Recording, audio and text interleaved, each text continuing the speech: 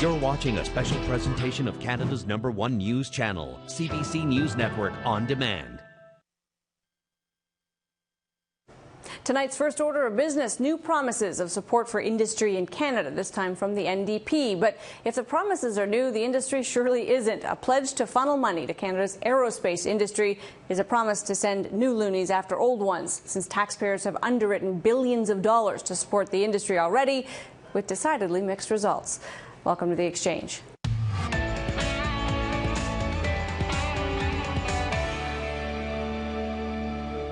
It's been a turbulent couple of years for Canada's aerospace industry. Well, today on the campaign trail, NDP leader Thomas Mulcair pledged to return it to world-class status. It's an important part of our economy, one that Stephen Harper and the Conservatives have been neglecting for far too long. Mulcair says that if elected Prime Minister, he'll set up a $160 million four-year fund for small and medium-sized aerospace companies. That money is earmarked to help them pick up new technologies and ramp up production. In return, firms are expected to create new jobs and professionally train their workers.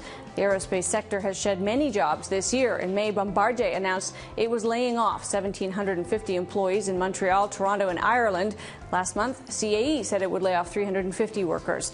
According to the Aerospace Industry Association of Canada, the sector contributes $29 billion every year to the economy and employs 180,000 Canadians. Compared to the average manufacturing sector, it has 5 times the R&D intensity, more than double the productivity growth, and 47% more skilled labor. The industry is no stranger to federal support. Some critics argue it's received enough handouts. The Fraser Institute found that since 1961, Industry Canada has distributed $22 billion to private companies. All 4 of the top recipients were aerospace firms. Aircraft engine manufacturer Pratt & Whitney has received 75 disbursements totaling $3.3 billion.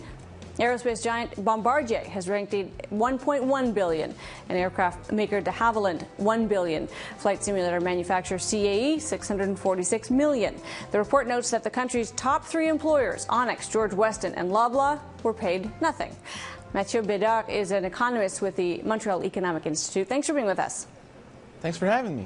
So let's start just kind of top line, because we know obviously that a lot of focus and attention has been on what government can do, what policies, what investments to help create jobs, keep manufacturing here, the jobs of the future, we like to say. Is this, would you put this in that bucket? Is this the kind of thinking that comes out of that kind of rhetoric? The kind of thinking I would put is that the aerospace industry really needs to learn to fly with its own wing. Right now what we're seeing is an escalation of subsidies between Canada, the United States, Europe, and other aerospace superpowers like Brazil, Japan, China.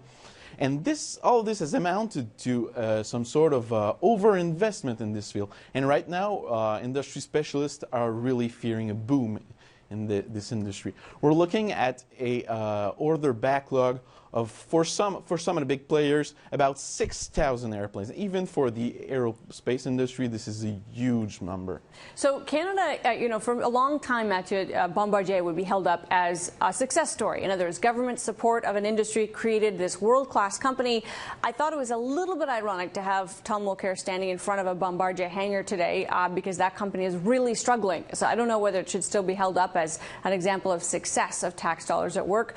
But having said that, are there cases in other industries where you would say, yes, targeted government investment, support for industry does work, or would you be in the camp that would say always governments shouldn't support one industry over another?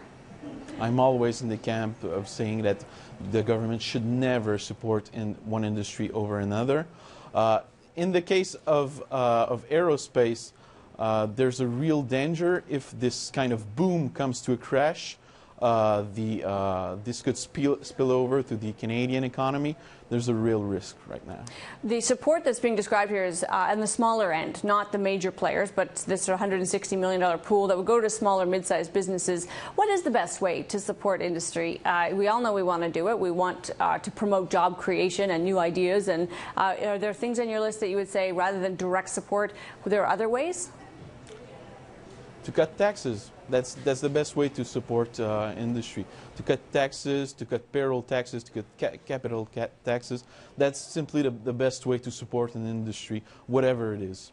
We've seen major cuts across this country and in provinces to the corporate tax rate. It has not translated particularly into new job creation or especially into investment, increased productivity, which is a disappointment. Are you suggesting there are other forms of tax cuts, like a payroll tax cut, that would be more effective than that? No, I'm thinking that we should be a little bit more patient, and that that improvement will definitely come, because that's basically the way tax cuts work. It needs some time for private investment to redirect itself, but it eventually always comes. So we have obviously all three parties trying to figure out how to keep these jobs here. One word that we heard today was world-class. We want world-class aerospace companies. Do we need to care about that? Should our governments want us to have companies that compete at that global level, or should it be left to business to get themselves to that size?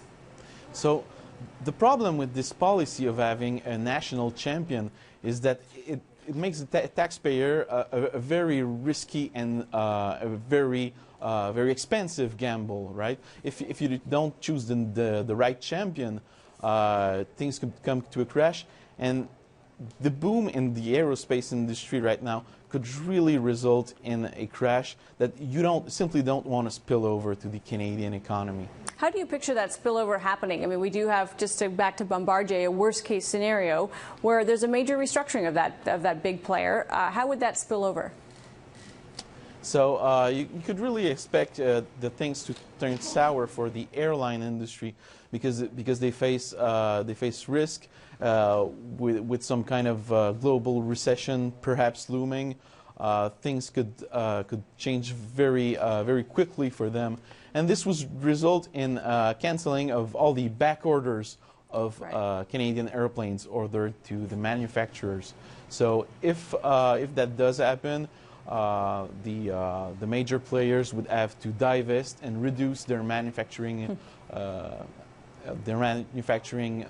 operations, and that could result in a big need for adjustments. All right, we got to leave it there, Mathieu. We appreciate your time today. Thank you. Mathieu Bédard is an economist with the Montreal Economic Institute.